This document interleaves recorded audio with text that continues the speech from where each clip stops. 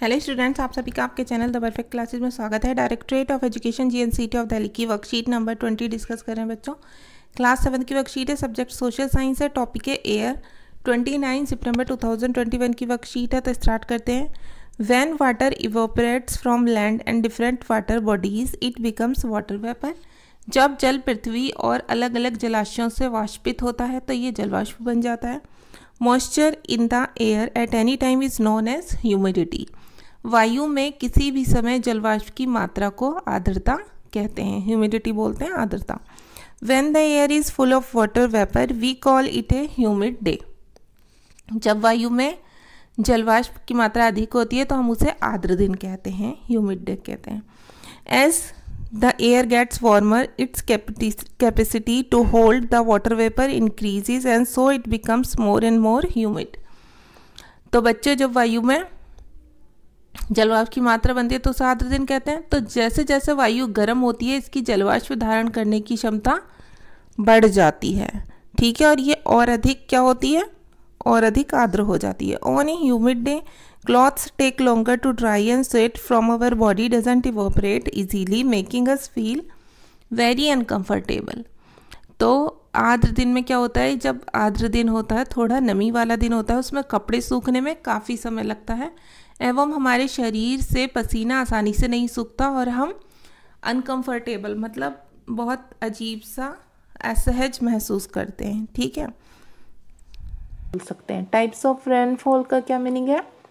वर्षण के प्रकार या वर्षा के प्रकार बोल देंगे हम।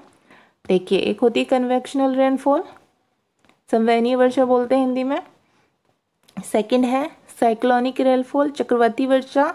थर्ड है रिलीफ रेनफॉल, पर्वतीय वर्षा। अब आगे देखते हैं। When the water vapour rises, जब जलवाष्प ऊपर उठता है, इट स्टार्ट्स कूलिंग, तो ये ठंडा होना शुरू हो जाता है। The water vapour condenses causing formation of droplets of water, और जलवाष्प क्या होता है, संघनित होकर ठंडा होकर जल की बूंदों में बदल जाता है, जल की बूंदें बना लेता है वो छोटी छोटी सी। Clouds are just masses of such water droplets, और बादल जो होते हैं इन्हीं जल की बूंदों का एक समूह होते हैं। When these droplets of water become too heavy to float in the air, then they come down as precipitations. और जब ये बूंदें इतनी भारी हो जाती हैं कि वायु में तैर ना सकें, तब ये क्या होती हैं, प्रेसिपिटेशन मतलब वर्षण के रूप में नीचे आने लगती हैं, बारिश होने लगती है। Jet planes flying in the sky leave a white trail behind them. आकाश में उड़ते हुए जेट हवाई जहाज अपने पीछे सफ़ेद जो चिन्ह होता है, पथ चिन्ह, उसको छोड़ते चले जाते हैं। The moisture from their engines condenses, इनके इंजनों से निकली नमी संघनित हो जाती है। We see trails of is condensed moisture for some time when there is no air movement to disturb it, और वायु के गतिमान न रहने की स्थिति में संघनित नमी कुछ देर तक पथ के रूप में ही हमें दिखाई पड़ती है। Precipitations that comes down to the earth in liquid form is called rain. पृथ्वी पर जल के रूप में गिरने वाला वर्षण ही क्या कहलाता है, वर्षा कहलाता है। इसे प्रेसिपिटेशन को क्या बोलते हैं हम, रेन बोलते हैं, ठीक है।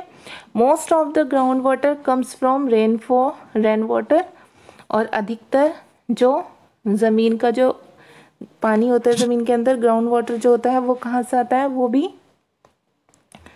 इसके वर्षा के जल से ही प्राप्त होता है, ठीक है। प्लांट्स हेल्प प्रिजर्व वाटर, पौधे पानी का संरक्षण करते हैं। When trees on hill sides are cut, rain water flows down the bare mountains and can cause flooding of low-lying areas.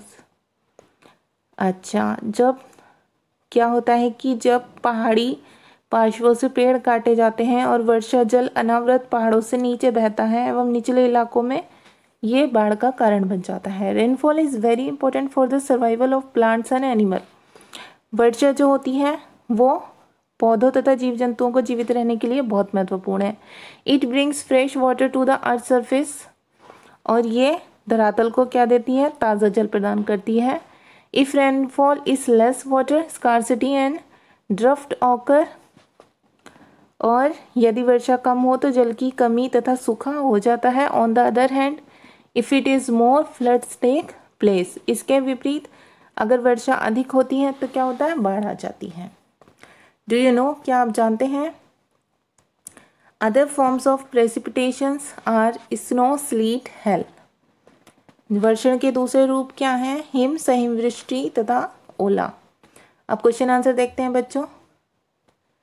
Right 3 types of rainfall. वर्षा के 3 प्रकार लिखिए। तो इसका आंसर हम लिखेंगे 3 types of rainfall are convectional rainfall, cyclonic rainfall, relief rainfall. 3 वर्षा के प्रकार हैं। जो वर्षा के 3 प्रकार हैं वो हैं, पहला है कन्वेक्शनल संवहनीय वर्षा, दूसरा है साइक्लोनिक रेनफॉल चक्रवाती वर्षा, तीसरा है रिलीफ रेनफॉल, ये है पर्वतीय वर्षा। ओके स्टूडेंट्स, अब क्वेश्चन नंबर 2 देख लेते हैं हम। क्वेश्चन नंबर 2 है why wet clothes take longer time to dry on rainy days.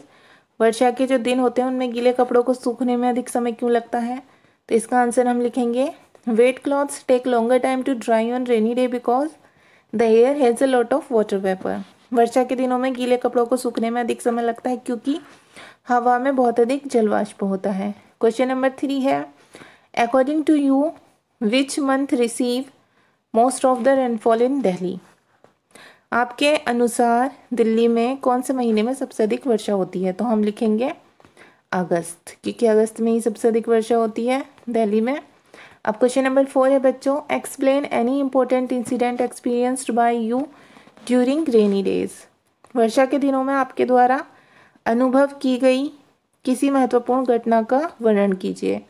तो हम इसका आंसर लिख देंगे One day I was on the way with my friends to catch bus, but we got stuck in rain. एक दिन मैं अपने दोस्तों के साथ बस पकड़ने के लिए रास्ते में थी, लेकिन हम बारिश में फंस गए। When we got boarded into bus, we was fully drenched in rain. जब हम बस में चढ़े तो हम पूरी तरह से बारिश में भीग चुके थे। It was an amazing experience. यह एक अद्भुत अनुभव था। तो हमारी वर्कशीट सॉल्व हो गई स्टूडेंट्स। अगर आपको मेरी वीडियो पसंद आई है तो प्लीज़ मेरी वीडियो को लाइक कीजिए, शेयर कीजिए, हमारे चैनल को सब्सक्राइब कीजिए। Thanks for watching.